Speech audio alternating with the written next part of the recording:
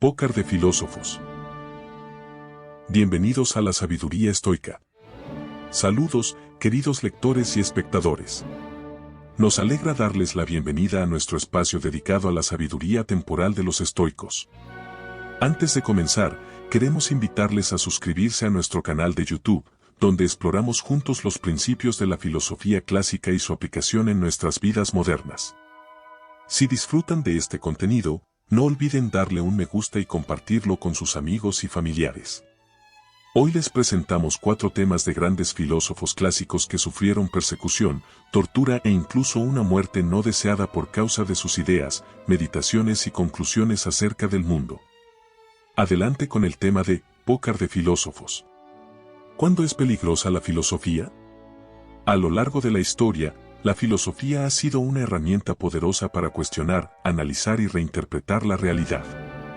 Los filósofos se han dedicado a explorar las profundidades de la existencia, la moralidad, la naturaleza y la sociedad, buscando verdades que a menudo desafiaban las creencias establecidas y las estructuras de poder.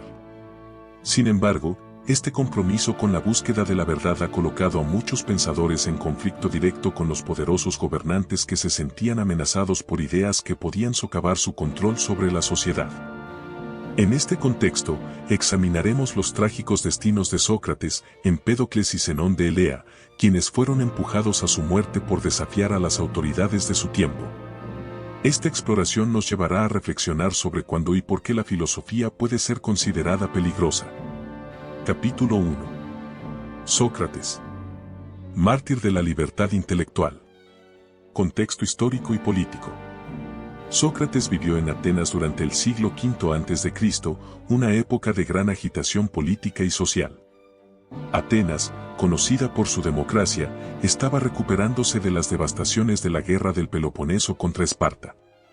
La ciudad había experimentado una serie de cambios en el poder, incluyendo la breve y tiránica oligarquía de los 30 tiranos, quienes fueron derrocados para restaurar la democracia. Este trasfondo de inestabilidad política y social influyó significativamente en el juicio de Sócrates. Causas del juicio. Las causas del juicio de Sócrates fueron múltiples y complejas. Principalmente, Sócrates se había ganado muchos enemigos debido a su método socrático de cuestionamiento constante, que a menudo dejaba en evidencia la ignorancia y las contradicciones en las creencias de sus interlocutores. Entre sus más acérrimos opositores estaban los sofistas, que veían en Sócrates una amenaza a su influencia, y los políticos que se sentían ridiculizados por sus críticas a la democracia ateniense. Sócrates también era visto con recelo debido a sus conexiones con figuras políticas controvertidas. Alcibíades, un joven aristócrata carismático y alumno de Sócrates, había cambiado de bando varias veces durante la guerra del Peloponeso, y Critias, otro de sus asociados, había sido uno de los líderes de los 30 tiranos. Aunque Sócrates no compartía las ambiciones políticas de estos hombres, su asociación con ellos manchó su reputación. Las acusaciones formales.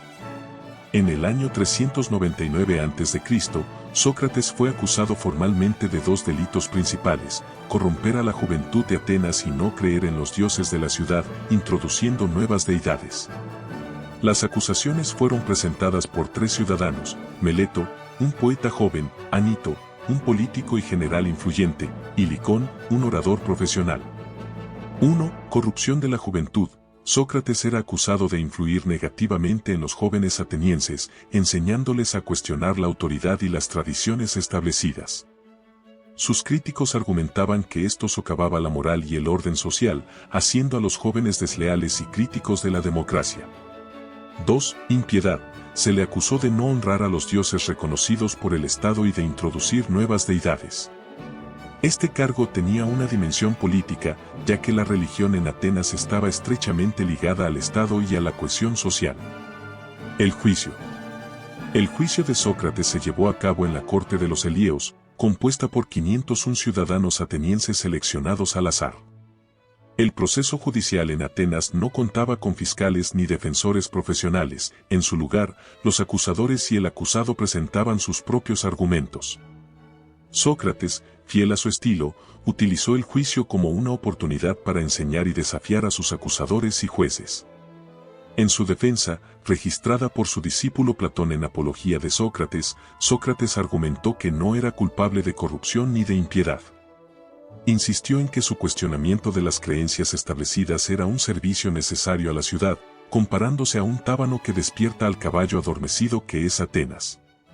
También afirmó que su misión filosófica le había sido impuesta por el dios Apolo, a través del oráculo de Delfos, y que su tarea era buscar la verdad y la sabiduría. Sócrates se negó a suplicar por clemencia o a ofrecer una disculpa convencional. En lugar de ello, sugirió, en tono irónico, que debería ser recompensado por sus servicios a la ciudad. Esta actitud desafiante, aunque coherente con sus principios, probablemente irritó a muchos de los jueces. La condena y la sentencia. El jurado encontró a Sócrates culpable por una estrecha mayoría. La siguiente fase del juicio fue la determinación de la pena. Según las leyes atenienses, tanto la acusación como el acusado proponían una pena y el jurado elegía entre las opciones. Los acusadores pidieron la pena de muerte, mientras que Sócrates, inicialmente, sugirió como pena que debería recibir manutención por el resto de su vida a expensas del Estado, una propuesta que sonó insultante para el jurado. Finalmente, cuando se le presionó, sugirió una multa de 30 minas, que era una suma considerable pero que también fue rechazada. El jurado optó por la pena de muerte, y Sócrates fue condenado a morir bebiendo cicuta, un veneno letal. Se le permitió pasar sus últimos días en compañía de sus amigos y discípulos, discutiendo temas filosóficos. Su muerte, narrada por Platón en Fedón, fue un acto de serenidad y firmeza. Sócrates aceptó su destino con calma, reafirmando su creencia en la inmortalidad del alma y la justicia divina. Reflexión sobre la condena de Sócrates. La condena de Sócrates marcó un punto crítico en la historia de la filosofía y de Atenas. Representó el conflicto entre el pensamiento crítico y el poder político, entre la búsqueda de la verdad y la necesidad de orden social. Sócrates fue víctima de un sistema que no podía tolerar el cuestionamiento radical de sus fundamentos, y su muerte simboliza el precio que a menudo deben pagar los que se atreven a desafiar el statu quo. La relevancia de su juicio y condena sigue siendo significativa en el contexto moderno. En muchos países, los pensadores, periodistas y activistas que cuestionan las estructuras de poder enfrentan persecución y represión. La historia de Sócrates nos recuerda la importancia de defender la libertad intelectual y la necesidad de proteger a aquellos que, en su búsqueda de la verdad, desafían las injusticias y las falsedades arraigadas en la sociedad. La filosofía, en su esencia, busca la sabiduría y el bien común, y cuando es silenciada, toda la humanidad pierde una parte vital de su alma crítica y creativa. Sócrates, uno de los pilares de la filosofía occidental, vivió en Atenas durante una época de gran agitación política y social. Conocido por su método socrático de diálogo y cuestionamiento constante, Sócrates buscaba exponer la ignorancia y estimular el pensamiento crítico entre sus conciudadanos. A través de preguntas incisivas, obligaba a sus interlocutores a examinar sus creencias y valores, a menudo revelando contradicciones y falacias. Amenaza al poder establecido. La democracia ateniense de la época estaba en crisis, y los gobernantes veían en Sócrates una amenaza a su autoridad. Su asociación con jóvenes aristócratas que luego se convirtieron en figuras políticas controvertidas, como Alcibíades y Critias, aumentó la desconfianza hacia él. Además, su crítica a la superficialidad y la corrupción de los líderes políticos alienó a muchos poderosos. Legado eterno. En el año 399 a.C., Sócrates fue llevado a juicio acusado de corromper a la juventud y de no creer en los dioses de la ciudad, introduciendo nuevas deidades. En realidad, su verdadero crimen fue desafiar la mentalidad colectiva y la autoridad del Estado. Fue condenado a muerte por un tribunal de 501 ciudadanos, a pesar de que su defensa, registrada por Platón, mostró su compromiso con la verdad y la justicia. Sócrates aceptó su destino con serenidad y dignidad, ingiriendo cicuta en lugar de huir o renunciar a sus principios. Su muerte se convirtió en un poderoso símbolo de la lucha por la libertad intelectual y la resistencia contra la opresión. A través de su sacrificio, Sócrates dejó un legado duradero que continúa inspirando a quienes valoran la verdad y la justicia por encima de la conformidad y la seguridad. Capítulo 2. Empédocles. La muerte mítica del visionario. Empédocles, un filósofo y místico de Agrigento, en Sicilia, propuso una cosmología basada en los 4 elementos: tierra, aire, fuego y agua, y las fuerzas de amor y discordia. Sus ideas no solo abarcaban la naturaleza del universo, sino que también ofrecían una visión espiritual de la existencia. Amenaza a las creencias religiosas. Empédocles desafiaba las creencias religiosas y mitológicas de su tiempo, proponiendo explicaciones naturales y filosóficas para fenómenos que tradicionalmente se atribuían a los dioses. Su afirmación de que podía realizar milagros y su autoproclamación como un ser divino provocaron la ira y el temor entre los poderosos, quienes veían en él una amenaza al orden religioso y social. La leyenda de su muerte. Según la leyenda, Empédocles intentó demostrar su divinidad arrojándose al cráter del volcán Etna, creyendo que su desaparición sería vista como una señal de su inmortalidad. Aunque esta historia es probablemente más mítica que real, simboliza su deseo de trascender las limitaciones humanas y desafiar las normas establecidas. Trágico fin.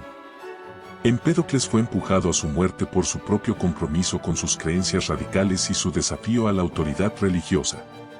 Su destino ilustra cómo los visionarios que cuestionan las bases mismas de la sociedad pueden ser marginados y condenados por aquellos que se sienten amenazados por el cambio. Capítulo 3. Zenón de Elea.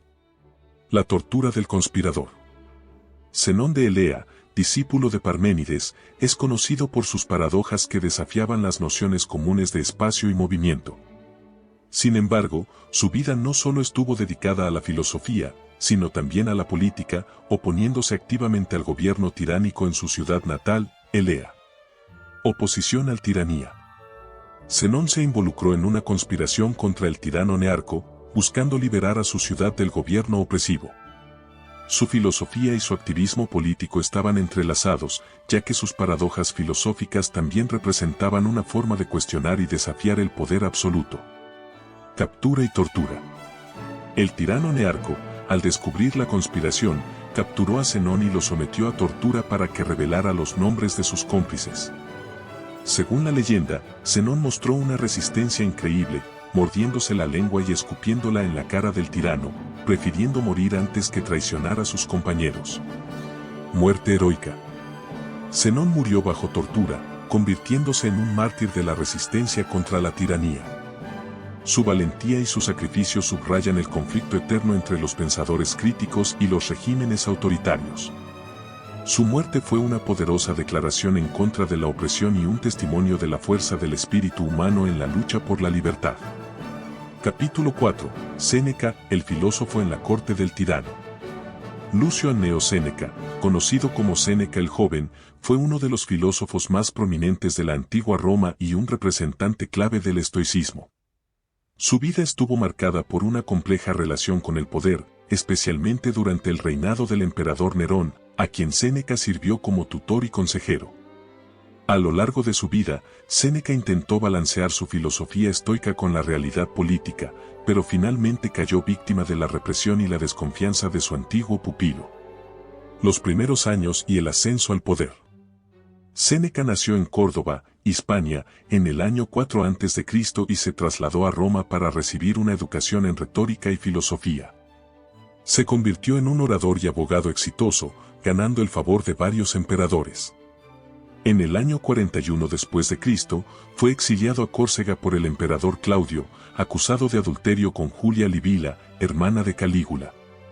Durante su exilio, Séneca se dedicó a la escritura y la filosofía.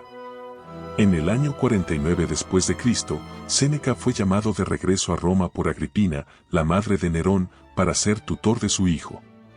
Séneca y el prefecto del pretorio, Afranio Burrus, desempeñaron papeles cruciales en la administración del imperio durante los primeros años del reinado de Nerón, cuando éste asumió el trono en el año 54 después de Cristo. Séneca y Burrus. Asesores de Nerón. Durante los primeros años del reinado de Nerón, Séneca y Burrus fueron los principales asesores del joven emperador. Bajo su influencia, Nerón implementó políticas moderadas y justas, y el imperio disfrutó de un periodo de relativa estabilidad y prosperidad. Séneca, como filósofo estoico, promovía la moderación y la racionalidad, buscando inculcar en Nerón los valores de la justicia y la responsabilidad. La ruptura con Nerón. A medida que Nerón maduraba, se volvió más independiente y empezó a alejarse de la influencia de Séneca y Burrus. La muerte de Burrus en el año 62 después de Cristo debilitó aún más la posición de Séneca en la corte. Nerón se rodeó de aduladores y personas que alentaban su comportamiento despótico y extravagante. La tensión entre Séneca y Nerón aumentó, especialmente cuando el filósofo trató de moderar los excesos del emperador. La conspiración de Piso. En el año 65 después de Cristo, Séneca fue acusado de participar en la conspiración de Piso, un complot para asesinar a Nerón y reemplazarlo con Cayo Calpurnio Pisón. Aunque no hay pruebas concluyentes de su participación, Nerón aprovechó la oportunidad para deshacerse de su antiguo mentor, a quien veía como una amenaza. La muerte de Séneca. Nerón ordenó a Séneca que se suicidara, y el filósofo obedeció con la calma estoica que había predicado durante toda su vida. Según las descripciones de Tácito, Séneca se abrió las venas y, al no morir rápidamente, ingirió cicuta y se sumergió en un baño caliente para acelerar su muerte. Su fallecimiento fue un acto de dignidad y control sobre su propio destino, en consonancia con sus enseñanzas estoicas. Reflexión final. La vida y muerte de Séneca ilustran el peligro inherente a la filosofía cuando ésta entra en contacto con el poder. A pesar de sus intentos por inculcar valores de moderación y justicia en Nerón, Séneca se convirtió en víctima de la paranoia y el despotismo del emperador. Su trágico final muestra cómo los gobernantes pueden volverse contra aquellos que una vez fueron sus guías y consejeros, cuando perciben cualquier forma de crítica o disidencia como una amenaza a su autoridad. Séneca nos deja un legado de sabiduría estoica y un ejemplo de cómo vivir con integridad y valentía, incluso en tiempos de gran adversidad. Su vida es un testimonio de la importancia de la filosofía en la búsqueda de la verdad y la justicia, y de los riesgos que enfrentan aquellos que se atreven a desafiar el poder absoluto. Trágicos destinos de los filósofos. Los trágicos destinos de Sócrates, Empédocles, Zenón de Elea y Séneca muestran cómo la filosofía puede ser vista como peligrosa por los gobernantes que temen la pérdida de su control. Estos filósofos fueron perseguidos, exiliados o ejecutados porque sus ideas desafiaban las creencias establecidas y la autoridad de sus tiempos. La historia de su represión es un recordatorio de la importancia de la libertad intelectual y del pensamiento crítico, valores que son esenciales para el progreso de la humanidad pero que a menudo tienen un alto costo. En la actualidad, la represión de los intelectuales críticos sigue siendo una realidad en muchas partes del mundo. Los gobiernos autoritarios continúan utilizando la censura, la intimidación y la violencia para silenciar a aquellos que se atreven a desafiar el statu quo. La historia de estos filósofos antiguos nos enseña que la lucha por la libertad de pensamiento y expresión es una batalla continua, y que debemos estar siempre vigilantes para proteger los derechos de aquellos que buscan la verdad, incluso frente a la adversidad. Fin del video. Gracias por vernos.